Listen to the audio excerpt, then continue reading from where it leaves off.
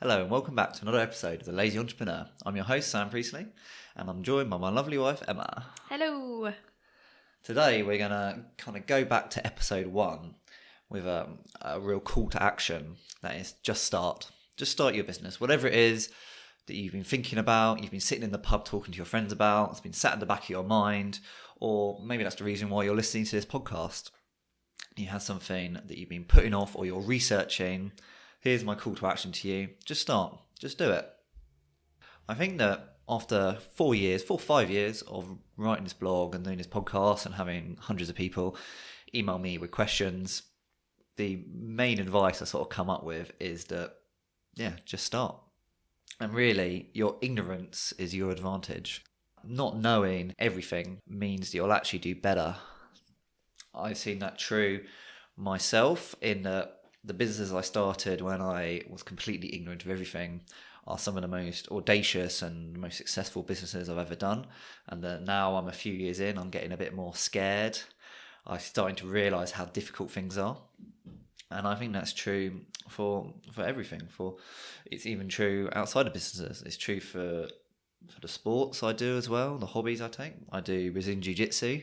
I got into that because I thought I could get really good at it in a year. Turns out I was lied to, and it takes 10 years. Takes 10 years to get any good. But I only started because I thought it was easy. Yeah, let me just go into that a little bit more. You've heard me talk about this before, haven't you? Yeah. That I'm an optimist at heart, and I think that things are going to be easier than they are. And that's often the reason why I start them. People will say to me, you're going up against experts in that field. You don't know anything about the industry. You need experience first. There's too much competition. The market is saturated. You're too late. The trend's over, or whatever it is. You were told that as well when we started our gin business. Oh, yeah. You were told that when you started your supper clubs. Yeah. Why would anyone ever want to come to your house and pay for food? You were told that when you started doing freelance marketing. Yeah. When you were working at PwC and your boss has told you you're throwing your career away to try and go freelance. I'll never be able to come back. Yeah. And do your own thing. Yeah, I have quite a lot of negative people around me, don't I? I think it's genuinely people want you to succeed, but they just can't understand how you could on your own setting up a business. I think they describe themselves as realists. Yeah. That we're optimists and got this delusional idea of how the world works, and they're the realists. They're a bit more cynical. Yeah. I think the thing is, they're kind of right. That things are a lot harder. That they are difficult. There is a lot of competition. It is difficult to break into industries you don't have any experience about. The markets are pretty saturated with the stuff we're doing. But that doesn't mean that you can't succeed. Yeah. And if you never start, you never will succeed. I think that if you knew how difficult it was to do things, you might never have done it. I don't know, thinking back when you quit your job to start freelancing and doing your own thing, if you knew how difficult it was, would you have been so eager to quit and start? I think in my situation, I felt at the time anything was going to be better than the current job that I had. You couldn't wait to leave. Because I couldn't wait to leave, yeah. So any change was good. I think a lot of people around me thought the opposite, and that were very much that I was throwing everything away. I wouldn't succeed. I wouldn't make enough money to live. Why on earth would I leave my very secure, well-paid job? They thought I was crazy. But I guess the word succeed, a lot of people think that involves just the money side, but it doesn't. A lot of it is about learning new skills, getting confidence out of something you've produced rather than as a whole team. And there were so many things like that I got out of freelancing almost straight away that I had never experienced in my career.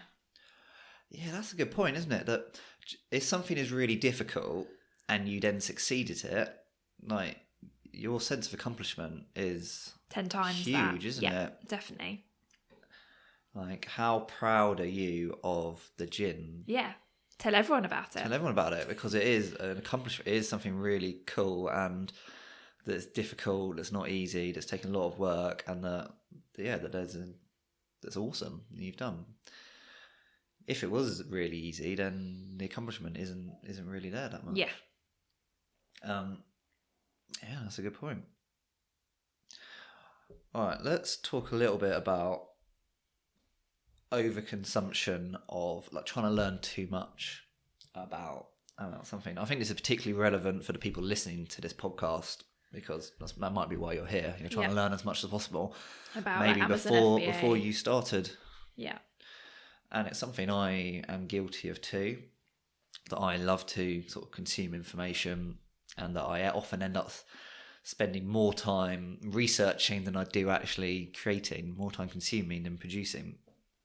And that's something that I've had as like a New Year's resolution, as something I want to change for years, that I want to have more time creating and working than consuming.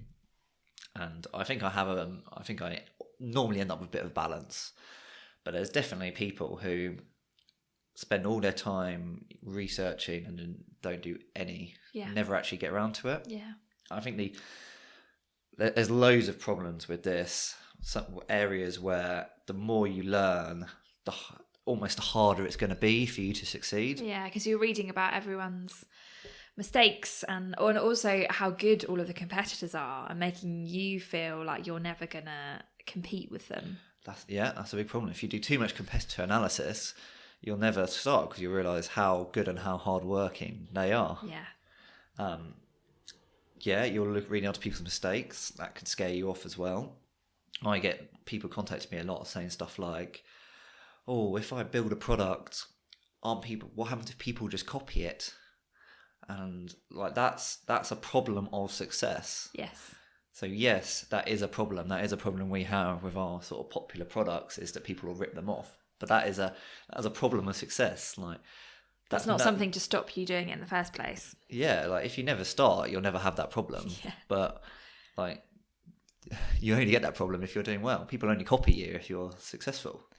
Yeah, another example I've got like that is there's a guy locally who's always talking to me about setting up his own gin brand, and he's usually talking complete nonsense. And the last question he asked me was, did you get copyright in every single country when you launched the gin?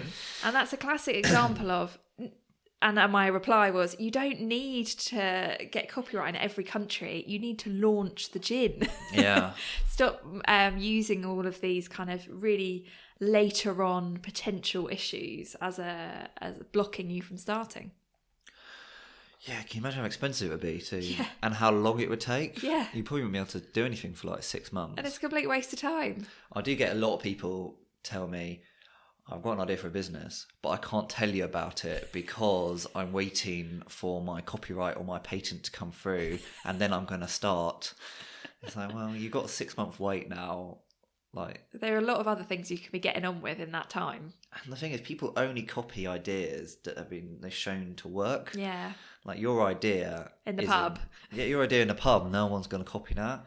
The only time on my blog, I've got my 10 ideas a day, where I've got 1,000 ideas, of which there's probably like 300 business ideas in there.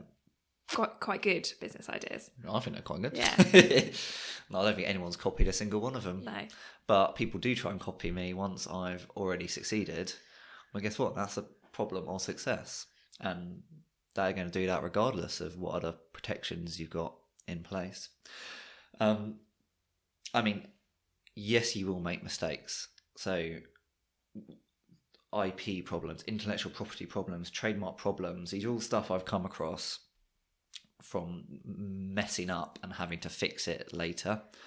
But you know what? You're going to make mistakes regardless. Yes. Like there's a sort of mantra they say in Silicon Valley.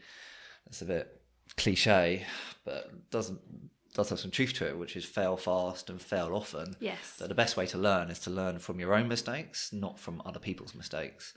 And provided the mistakes you're making are low investment, like that you're not overcommitted to them, that you can afford to make the mistakes, then that's fine. And it is part of business. You kind of need to accept that. You're not going to create this absolutely perfect business model and this perfect product and service and this perfect marketing campaign and this perfect sales funnel. That's just not reality. you have to accept that you're going to have to try things, and that some things will fail, and that is okay, and you'll learn from it. And I think, there are mistakes, there are problems that if you foresaw them, you could have dodged them, that could destroy your business. Yes. So I've got a friend who started a very popular brand of like beard related products. I don't want to talk too much about what they are in case I give away who it is. Well, there are a lot of people doing that. Yeah, which is why I'm trying to be a bit vague. But he was doing really well, selling hundreds of thousands of units a year. He started in his bedroom, just making his products himself, and then eventually found factories to make it all, the dream. Yeah.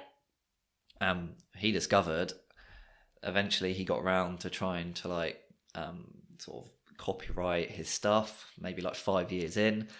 And as he was doing this, a big brand who had the same name contacted him with a cease and desist because they discovered he had this brand. And so he had to completely change his brand name after spending years building it, which was a massive impact on his business. Yes, and something he could have avoided if he had foreseen it. Yeah. But the problem is that you're not going to be able to foresee every possible problem. There's loads of issues that if I knew at the time what I know now, I could have foreseen. But no amount of research would have covered me for all of those problems. Yes. So another one was selling, building someone else's brand instead of building my own brand to begin with. That's a problem I made, which cost a lot of money because other people can start selling that brand as well. That's a big issue. Sort of trademark stuff. I've had problems with IP things where, didn't have the contracts in place with employees, that they signed over the IP, the intellectual property of what they're working on to me. There's so many examples of this kind of stuff. And they're all classic examples. They're kind of classic examples that maybe after 10 years of business, you might know to avoid them. But sitting around researching on blogs for 2 years is not worth it to kind of find all these things. And yes, you will read horror stories of people who've messed up because of foreseeable mistakes. But don't worry about them. Just get going. That guy with his beard products, he still made, I don't know how much he made, maybe £1 million in the period where he didn't know this brand was owned by someone else before having to change and start again. If he had worried too much about that sort of stuff to begin with, he might never have started. Mm-hmm. So you will make mistakes. Just make sure that they're, as much as possible, protect yourself from your mistakes being too detrimental. By that I mean, don't invest too much money in your business to begin with. Money you can afford to lose, and your own time is fine to commit, because your own time you'd be spending researching it anyway. So you might as well spend that time actually building the business. And even if your first business fails, you'll probably have learned so much from that maybe your next one will succeed. Yes. And don't see the first one as a failure. Don't see the first one as a failure, or do see it as a failure and learn from those mistakes. Treat it as an MBA or doing a business course. Yeah. Instead. So you will make mistakes. Another problem with doing too much research is that you can fall into this trap of building an exact copy of someone else's business. Yes. And that is a real big problem that I see a lot, especially with digital nomads. I think are a classic example of this. People trying to build a lifestyle business, and they'll latch on to whatever the trend is at the moment. That people have in the last few years made enough money to sustain a traveling lifestyle. Life coaching. So a digital nomad is someone who travels the world full time, working and making their money online. And there is problems of people, they'll start a business that's an exact copy of someone else's business, and that person's business worked because they were unique. Yes. And it did work for them. But now you've created an exact copy, you've got no USP, you've got no unique selling point. So by being ignorant of kind of best practices, you'll create something that's better or different, at least, to everyone else's. And maybe you'll stumble on the next big thing that then everyone else will copy. So what we said the time you'll spend researching and putting too much effort into things, into learning as much as you can about starting a business, is time you're spent consuming and not creating. You could be spending that time building your business. You might scare yourself off. You might come across problems that people who have already succeeded are having. Yes. I find this, especially if you read forums, you'll see people who are maybe a year in, they're making a bit of money, and some problem will come up and they'll be complaining about this. But people only really post about their problems. You're going to make mistakes regardless, so it's better to fail quickly and to make those mistakes and learn from them than to try and protect yourself from every possible mistake that you can make. And if you spend too much time sort of consuming information and researching, you're never going to have a unique business. You need to have that creativity, that doing something different. And often the only way to do something different is to not know what everyone else is doing. Yeah. I think there is a point to be made about doing some level of research. And for me, the way I always approach it, because I'm a trained marketeer, it's very structured. So for me, I'd be looking at basically what elements of a marketing plan I'd need to start a business. So take, for example, when I started my supper clubs, I really focused on my competitors. So I looked at who were doing supper clubs in the area, and then who were doing it in the UK that I wanted to aspire to. Looking at their social media, looking at their pricing. Like for me, there was research to do, which was valuable, but I think I probably spent about a day doing it, and I'm not even joking. And then that was it. That was that part of the business done. And then I could create my brand, what I wanted it to look like, pricing, which social media channels I was going to have, blah, blah, blah. And I think you also had me kind of like pushing you to just get going. Definitely. Yeah. And I wouldn't have done it, I don't think, if you hadn't pushed me. Do you remember when we were at my flat and you said, and you were like, oh, I need a website. So we're like, well, let's build a website today. Got a little video camera out. Did some videos and of I you thought you were stuff. completely mad. And we had a website up in 6 hours or something. Yeah. And I'm sure that website got deleted quite soon after. But that momentum of starting, even if that was never really used, was quite important. Yeah, definitely. And I'm sure those videos were terrible. But that's okay. It's okay to make those mistakes and learn from them, or try different things and see what works, and then double down on those. I mean, also it's a personality as well.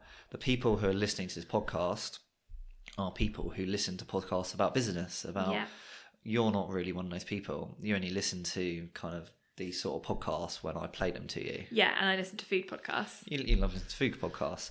So you're probably on the side of not doing that much research, or doing targeted research that's to do with starting a business. Very targeted, yeah. As opposed to more general research. Yeah. So this is really a call to action to people who know that they aren't starting when they kind of should. Yeah. Or they're worried about starting, or they're worried about getting going, because yes, it's going to be difficult, but you'll deal with it. It's going to be harder than you think it is. If you knew how hard it was, you probably wouldn't start. But once you have done it and you've got over all those problems, you're going to be really glad you did.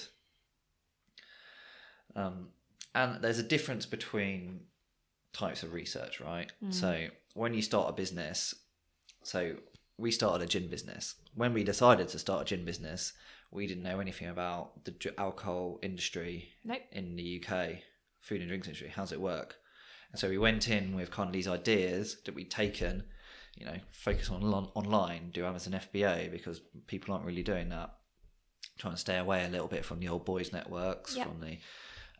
But since doing it, and in the process of starting our business, we've learned pretty much everything there is to know about that kind of old school drinks industry. Yes. And, we're still using that kind of creativity, naivety of the start. But now we've got that experience of being over a year in and making mistakes and sort of finding flopping around trying to get things to work. Yeah. So just yesterday, you went out with a sales rep from another business. Yeah, another drinks business. Yeah, a tonic brand. Just going around to bars and stuff, telling them about our brands. Yeah. So that was interesting because you had to make all that stuff up as you went along. Yes. And she's coming from a very structured, she's got her content management system, the paid sales job. She's got to input everything. And so you can now that you've done it yourself and you kind of made mistakes, you can learn from her and Yeah. see what she's doing, and it works quite well. Definitely, even from the things she was saying to the bar managers and restaurant managers, I was listening what words she was using and how she'd introduce herself. That's all very useful. And I'm sure that you do stuff that she never would have thought of because you've gone to it without any training and just trying to think for yourself about what to do. Yeah, definitely. Well, awesome. So yeah, call to action. Just get going. People will be negative. People tell you it's oversaturated, all this kind of stuff. And they might be right, but that doesn't mean you're not going to succeed. And even if you fail, you'll learn more from the failure than you would from the research that goes in around it. That's not to say don't do any research, but don't do only research. You know, a balance of consuming content, consuming information to creating. And you know, your ignorance is your advantage. Your naivety is what makes it work. About 2 years ago, I wrote a blog post called what was it called? Let's have a look. The Power of Naivety and Why I'm Choosing Ignorance. And that was me basically saying that I've gone the other way, whereas now I'm always getting scared about certain things in life because I over research, such as going traveling to a new country. Whereas once upon a time I would just hopped on a plane and dealt with everything when I get there. Now I'm looking up, you know, the safer traveling things. Can I use the taxis? All this kind of stuff. Yes, you will make mistakes, but on balance, the positives that come from being naive and just trying things and getting going and starting have far outweighed the negatives and the stuff that's gone wrong from that kind of optimistic approach. I finished that blog post by saying, being naive, saying yes to scafing, giving everyone the benefit of the doubt. These are all things that I'm working on and trying to cultivate. And I think that's still true now, 2 years later. Let's end with some final advice, which is, this is all true, get started, but don't overcommit. Start with your own time and money you can afford to lose, because you can make mistakes and you will make mistakes, but start now. All right. If you have any feedback for this podcast, please email me at hello@sampriestley.com. The show notes are at sampriestley.com, or you can just Google The Lazy Entrepreneur and that'll take you to my website. And as always, I would love if you could leave me a 5-star review. Goodbye. Bye.